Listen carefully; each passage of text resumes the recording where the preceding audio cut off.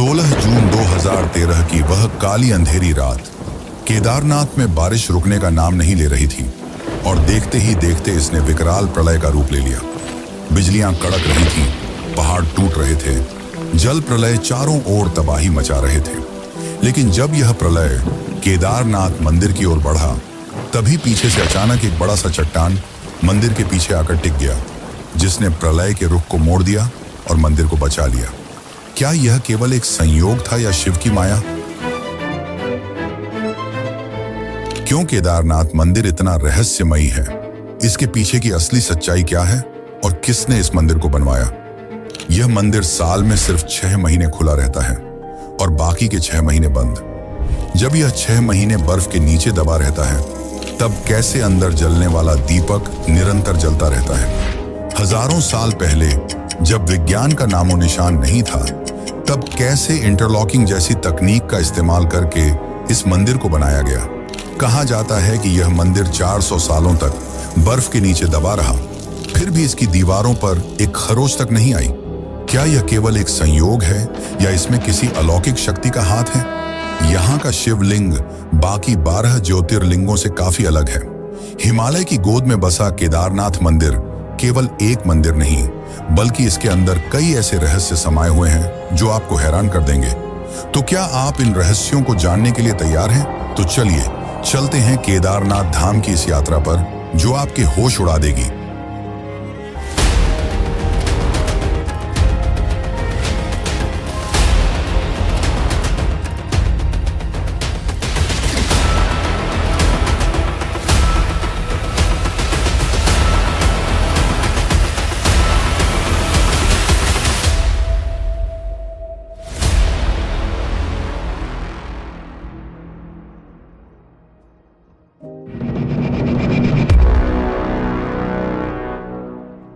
हिमालय की गोद में 3584 मीटर की ऊंचाई पर स्थित केदारनाथ मंदिर सिर्फ एक तीर्थ स्थल नहीं, बल्कि आस्था और रहस्यों का संगम है। उत्तराखंड के रुद्रप्रयाग जिले में स्थित यह मंदिर 4 धामों में से एक है और पंच केदार में सबसे प्रमुख माना जाता है। यहाँ का मौसम अत्यंत कठोर है। सर्दियों में तापमान -20 डिग्री सेल्सियस तक गिर जाता है और भारी बर्फबारी के कारण मंदिर 6 महीने के लिए बंद कर दिया जाता है। 16 जून 2013 ये वह दिन था जब प्रकृति ने अपनी विनाशकारी शक्ति का प्रदर्शन किया। शाम को अचानक केदारनाथ घाटी में बादल फटा और भारी बारिश शुरू हो गई। कुछ ही घंटों में पानी का स्तर इतना बढ़ गया कि मंदाकिनी और सरस्वती नदियों ने विकराल रूप ले लिया। सिर्फ 48 घंटे में पूरे उत्तराखंड में 340 मिलीमीटर बारिश दर्ज की गई। इतनी बारिश जो सामान्य तौर पर पूरे महीने में होती थी। मंदाकिनी नदी का जल स्तर 6 फीट प्रति सेकंड की रफ्तार से बढ़ता जा रहा था। 15,000 से ज्यादा घर, पुल और दुकानें पूरी तरह बह चुकी थी। लेकिन असली तबाही तब शुरू हुई जब केदारनाथ मंदिर के पीछे की चौराबाड़ी झील का ग्लेशियर टूटकर मंदिर की ओर बढ़ने लगा। 1.5 किलोमीटर चौड़ी झील, जिसमें लाखों टन पानी भरा था, अब टूटकर बड़ी तेजी से अपनी राह में आने वाली हर चीज को मिटाते हुए मंदिर की ओर बढ़ रही थी। लेकिन तभी अचानक एक विशाल चट्टान केदारनाथ मंदिर के ठीक पीछे आकर रुक गई और उसके बाद बाढ़ का पूरा प्रवाह मंदिर के दोनों तरफ से निकल गया। ये विशाल चट्टान लगभग 20 फीट ऊंची और 30 टन भारी थी। अगर यह पत्थर अपनी सही जगह पर न रुकता तो मंदिर पूरी तरह तबाह हो सकता था। क्या यह केवल एक संयोग था या शिव की महिमा? यह चट्टान ठीक मंदिर के पीछे आकर कैसे रुक गई? स्थानीय लोगों और श्रद्धालुओं ने इस पत्थर को भीमशिला नाम दिया, क्योंकि मान्यता है कि इसका संबंध महाभारत के भीम से है। आज भी भीमशिला केदारनाथ मंदिर के पीछे स्थित है और हर श्रद्धालु इसे देखने के लिए वहां जाता है। यह सिर्फ एक चट्टान नहीं, बल्कि आस्था और चमत्कार का प्रतीक बन चुका है। वैसे क्या आपने कभी सोचा है कि बर्फीले सुनसान पहाड़ों के बीच इतनी भव्य मंदिर को कैसे बनाया गया होगा? कैसे हमारे पूर्वजों ने इंटरलॉकिंग तकनीक का उपयोग किया होगा? तो चलिए जानते हैं। और अगर आपको यह वीडियो अच्छी लग रही है तो कमेंट में हर हर महादेव जरूर लिखें।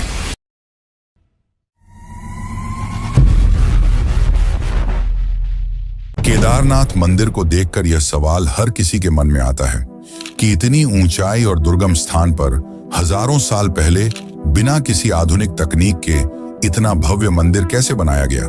क्या इसे देवताओं ने बनाया या फिर प्राचीन भारत की इंजीनियरिंग इतनी विकसित थी कि आज भी वैज्ञानिक इस रहस्य को पूरी तरह सुलझा नहीं पाए। इस मंदिर को बनाने के लिए विशाल पत्थरों का प्रयोग किया गया है।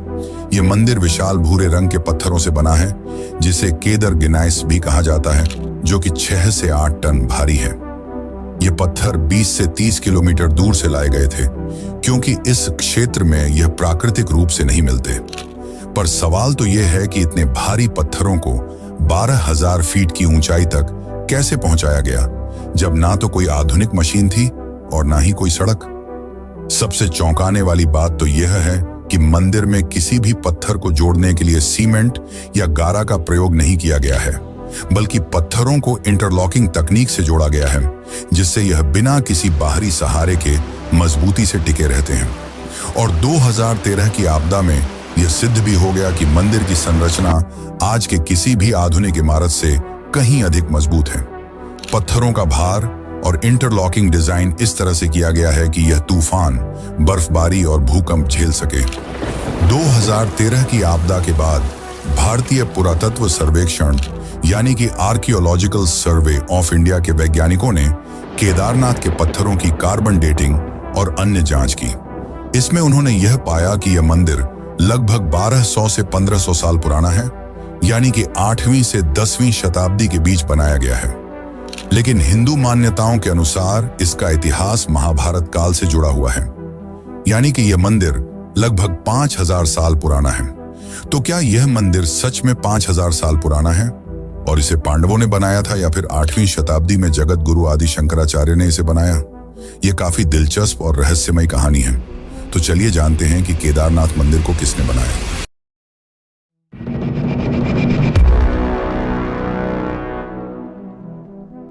महाभारत युद्ध के पश्चात युधिष्ठिर को राजा घोषित कर दिया गया, जिसके पश्चात लगभग 40 वर्षों तक उन्होंने शासन किया। परंतु अपने भाइयों और गुरुजनों की मृत्यु का बोझ उन्हें भीतर से खाए जा रहा था। इस दुविधा को लेकर वे श्री कृष्ण के पास पहुंचे। तब श्री कृष्ण ने उन्हें बताया कि पांडवों को अपने ही भाइयों और गुरुओं का वध करने के कारण ब्रह्महत्या का पाप लगा है और इससे उन्हें मुक्ति केवल महादेव ही दिला सकते हैं। इसके पश्चात पांचों पांडव द्रौपदी सहित महादेव की खोज में हिमालय की ओर प्रस्थान कर गए। माना जाता है कि अपने ही भाइयों और गुरुओं की हत्या करने वाले पांडवों से शिव काफी क्रोधित थे और पांडवों को दर्शन नहीं देना चाहते थे। जब पांडव केदार क्षेत्र पहुंचे, तब शिव ने एक भैंस का रूप धारण कर लिया और अन्य भैंसों के झुंड में जा छिपे। यह देखकर भीम ने अपनी दोनों टांगे फैला ली और सभी भैंसों को उनके नीचे से गुजरने के लिए विवश कर दिया। तभी युधिष्ठिर ने देखा कि एक भैंस उनके नीचे से नहीं गुजर रही और वे समझ गए कि यही महादेव हैं। जैसे ही भीम ने उसे पकड़ने की कोशिश की, वह धरती में समाने लगे, लेकिन भीम ने उसे जोर से खींच लिया, जिससे भैंस का कुबड़ यानी पीठ का भाग बाहर रह गया।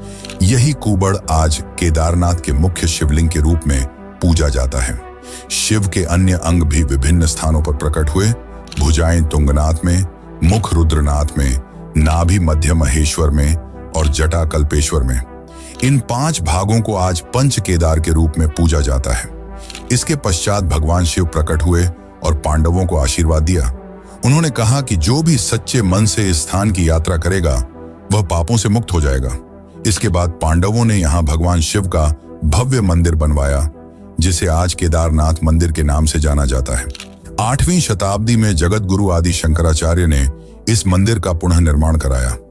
उन्होंने 32 वर्ष की अल्पायु में पूरे भारत में 4 धामों की स्थापना की, जिनमें से एक केदारनाथ भी था। आदि शंकराचार्य ने यह सुनिश्चित किया कि केदारनाथ में पूजा व्यवस्थित रूप से होती रहे। यही कारण है कि आज भी बद्रीनाथ और केदारनाथ के मंदिरों में पूजा आदि शंकराचार्य द्वारा निर्धारित विधि से ही की जाती है। कहा जाता है कि अपने जीवन के अंतिम क्षण भी आदि शंकराचार्य ने केदारनाथ में ही बिताए। 32 वर्ष की छोटी आयु में जब उन्होंने अपना कार्य पूर्ण कर लिया, तो वे ध्यान मुद्रा में लीन हो गए और यहीं समाधि ले ली। आज भी केदारनाथ मंदिर के पीछे उनकी समाधि स्थित है, जिसे आदि शंकराचार्य समाधि स्थल कहा जाता है। केदारनाथ श्रद्धालुओं के लिए आस्था का केंद्र है और हजारों वर्षों से इसकी यात्रा जारी है। तो चलिए आज हम आपको ले चलते हैं केदारनाथ की इस अद्भुत यात्रा पर। लेकिन उससे पहले अगर आपको वीडियो अच्छी लग रही है तो इसे लाइक करें और चैनल को सब्सक्राइब करें। यह आपके लिए तो फ्री है, लेकिन इससे हमारी काफी मदद हो जाती है। तो चलिए अब चलते हैं केदारनाथ की अद्भुत यात्रा पर।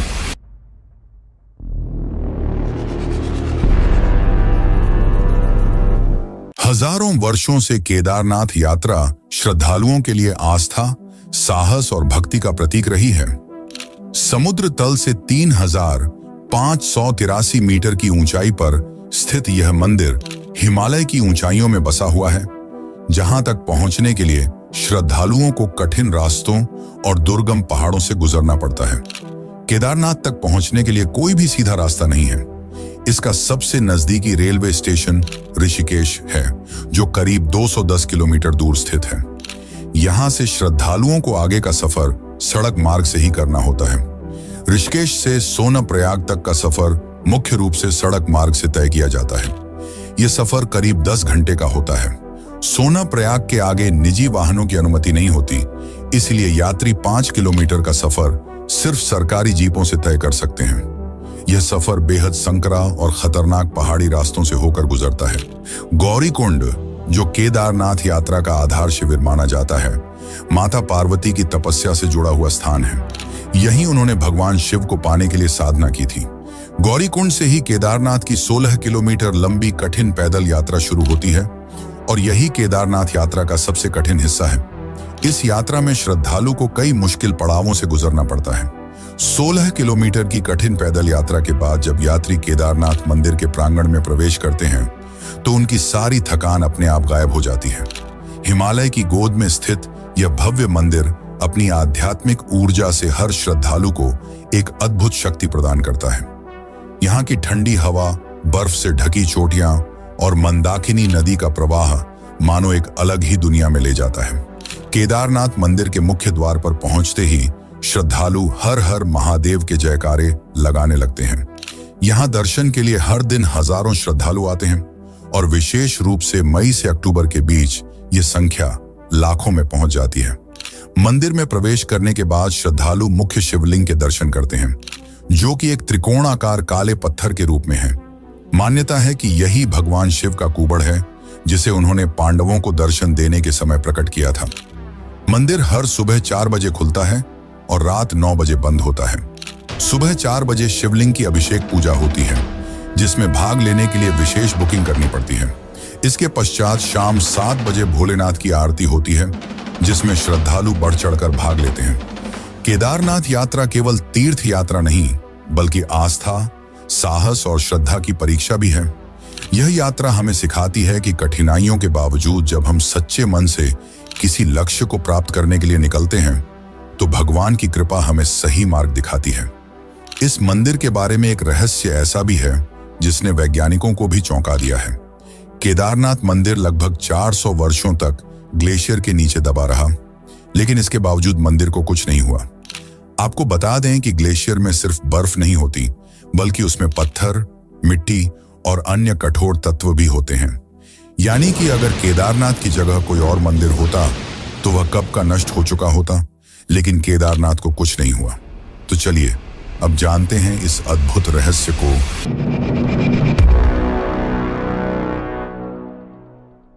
वैज्ञानिकों के अनुसार 1300 से 1800 ईस्वी के बीच पृथ्वी पर एक लघु हिमयुग यानी कि लिटिल आइस एज आया था। इस दौरान हिमालय में भारी हिमपात हुआ, जिससे केदारनाथ पूरी तरह बर्फ के नीचे दब गया। लगभग 400 वर्षों तक यह मंदिर बर्फ की मोटी चादर के बीच दबा रहा, लेकिन जब 400 सालों बाद बर्फ पिघली तो मंदिर ज्यों का त्यों खड़ा था, उसे एक खरोंच तक नहीं आई थी।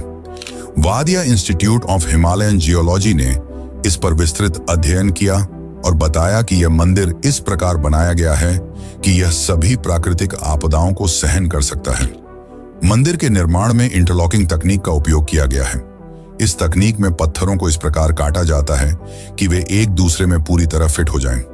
इस तकनीक का लाभ यह हुआ कि जब बर्फ का दबाव पड़ा तो मंदिर की दीवारों ने इसे सहन कर लिया और पत्थर अपनी जगह से हिले तक नहीं। भले ही यह मंदिर 400 वर्षों तक बर्फ में दबा रहा, लेकिन आज भी यह साल में सिर्फ 6 महीने ही खुला रहता है और बाकी 6 महीने बर्फ में दबा रहता है। माना जाता है कि इस दौरान यक्ष और गंधर्व स्वयं इस मंदिर में आकर भगवान शिव की पूजा करते हैं। लेकिन क्या आपने कभी सोचा है कि इसके पीछे का रहस्य क्या है? तो चलिए जानते हैं।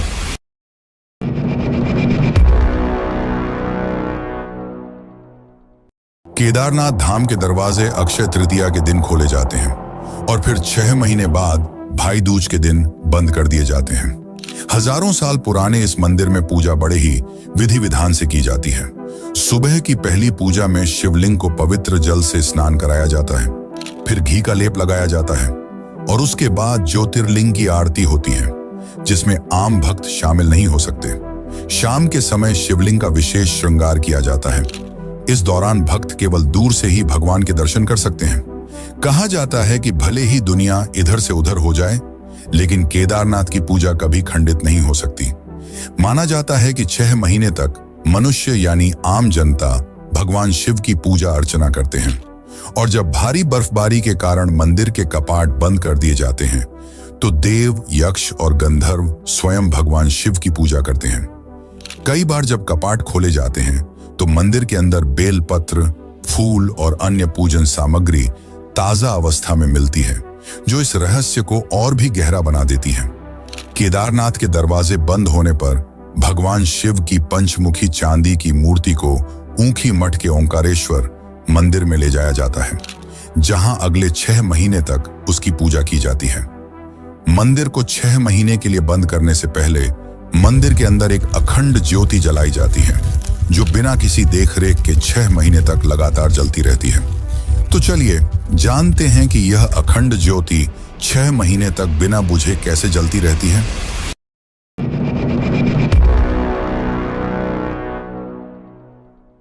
केदारनाथ मंदिर में एक ऐसा चमत्कार होता है जो विज्ञान के सारे तर्कों को चुनौती देता है। जब मंदिर के कपाट 6 महीने के लिए बंद किए जाते हैं, तब गर्भगृह में जलने वाला एक दीपक लगातार 6 महीने तक बिना बुझे प्रज्वलित रहता है। यह कोई साधारण दीपक नहीं, बल्कि श्रद्धा, आस्था और दिव्य शक्ति का प्रतीक है। आप ही सोचिए, 6 महीने तक मंदिर का द्वार नहीं खुलता, बाहर चारों तरफ कई फीट मोटी बर्फ जमी होती है, तापमान 0 से -20 डिग्री सेल्सियस नीचे तक गिर जाता है। ऐसे वातावरण में न तो हवा का संचार होता है और न ही किसी भी प्रकार की बाहरी गतिविधि।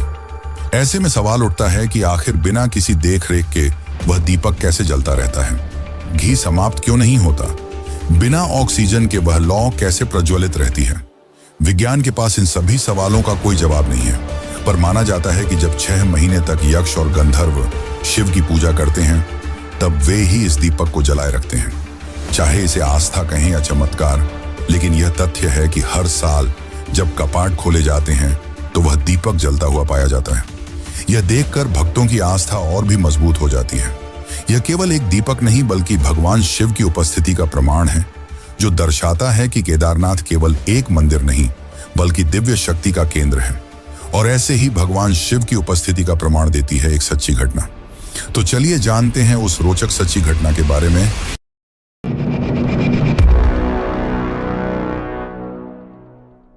कई 100 वर्ष पूर्व, जब न तो सड़क थी और न ही रेल मार्ग का कोई साधन, तब लोग दूर दूर से कई महीने का सफर पैदल या बैलगाड़ी की मदद से तय कर केदारनाथ धाम के दर्शन के लिए आते थे। ये वैसे ही एक भक्त की अद्भुत मगर सच्ची कहानी है। एक समय एक भक्त 2 महीने की पैदल यात्रा करके केदारनाथ धाम के दर्शन के लिए पहुंचा, लेकिन जब वह मंदिर के पास पहुंचा तो मंदिर के कपाट बंद किए जा रहे थे। यह देखकर वह काफी उदास हो गया और उसने पंडित से बहुत विनती की, मगर पंडित ने यह कहकर मना कर दिया कि यह असंभव है और उसे लौट जाने को कहा। पर भक्त ने उसकी एक न सुनी और वहीं पर बैठ गया। रात को भीषण ठंड पड़ने लगी और वह ठंड और भूख से कराह रहा था। तभी एक अघोरी बाबा ने उसे देखा और कहा, इतनी ठंड में क्यों बैठे हो, लौट जाओ। तब भक्त ने कहा, मैं मंदिर के दर्शन किए बिना नहीं जाऊंगा। यह सुनकर अघोरी ने उसे खाने के लिए भोजन दिया और आग भी जलाई। फिर भक्त ने खाना खाकर वहीं विश्राम किया। जब सुबह उसकी आंख खुली तो उसने देखा कि केदारनाथ मंदिर के द्वार खोले जा रहे हैं।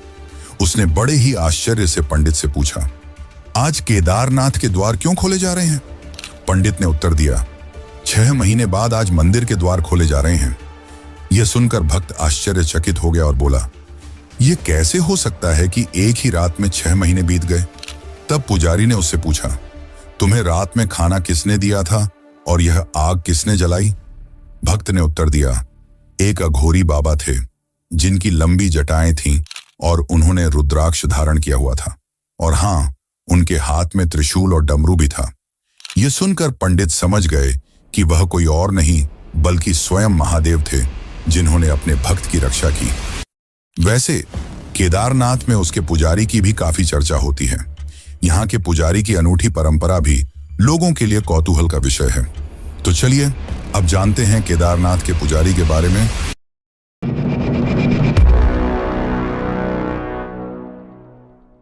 केदारनाथ के पुजारी कोई साधारण संत या साधु नहीं होते, बल्कि एक विशेष वंश और समुदाय से आने वाले विद्वान होते हैं जो पीढ़ी दर पीढ़ी इस मंदिर की सेवा करते हैं। मंदिर के मुख्य पुजारी को रावल कहा जाता है। यह रावल कोई साधारण पुजारी नहीं होता, बल्कि विशेष रूप से प्रशिक्षित और वैदिक ज्ञान से समृद्ध विद्वान होता है।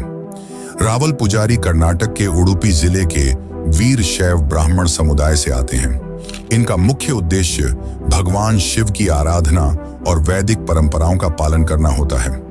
मुख्य पुजारी रावल के साथ कई सहायक पुजारी भी होते हैं जो मंदिर की सेवा में लगे रहते हैं। ये पुजारी विभिन्न अनुष्ठानों और पूजा पाठ में मदद करते हैं। यहाँ के पुजारी जितने ज्यादा इस मंदिर से जुड़े हैं, उससे भी ज्यादा ये मंदिर अन्य मंदिरों से जुड़ा हुआ है। इस मंदिर का सीधा संबंध रामेश्वरम मंदिर से है। क्या आपने कभी सोचा है कि केदारनाथ से लगभग 2800 किलोमीटर दूर रामेश्वरम के बीच क्या संबंध हो सकता है? क्या यह महज संयोग है कि ये दोनों पवित्र धाम 69 डिग्री देशांतर रेखा पर लगभग एक ही सीध में स्थित हैं? यह सवाल जितना सरल लगता है, इसका उत्तर उतना ही रहस्यमयी है। यह मात्र भौगोलिक संयोग नहीं, बल्कि एक अद्भुत ज्योतिषीय और आध्यात्मिक गणना का परिणाम है, जिसे हजारों साल पहले ऋषियों ने स्थापित किया था। आइए इस रहस्य को एक गहरी और रोमांचक यात्रा के रूप में समझते हैं। एक ऐसी यात्रा जो हमें भारतीय धर्म, खगोल शास्त्र और वास्तुशास्त्र के अद्भुत संगम तक ले जाएगी।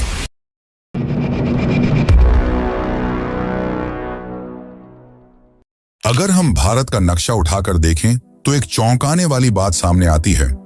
केदारनाथ से लेकर रामेश्वरम तक के प्रमुख शिव मंदिर लगभग 79 डिग्री देशांतर रेखा पर स्थित हैं, यानी एक ही सीध में हैं। इन मंदिरों को जोड़ने पर एक सीधी रेखा बनती है।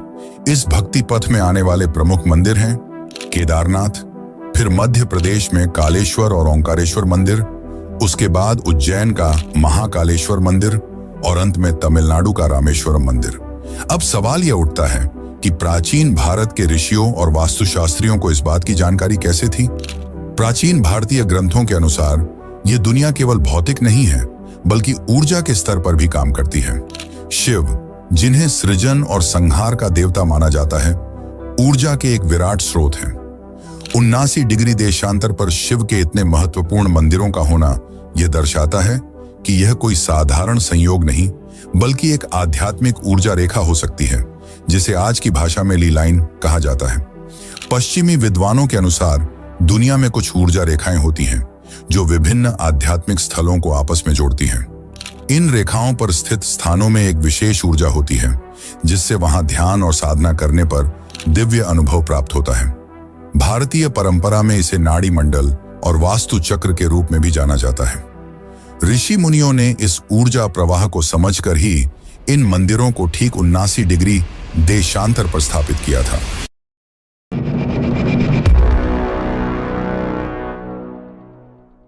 आपने कभी सोचा है कि जब हम किसी रहस्यमयी कहानी को पढ़ते या सुनते हैं तो हमारी जिज्ञासा हमेशा बनी रहती है? कुछ रहस्य ऐसे होते हैं जो जितना गहराई से समझने की कोशिश करें, उतने ही अधिक उलझते जाते हैं।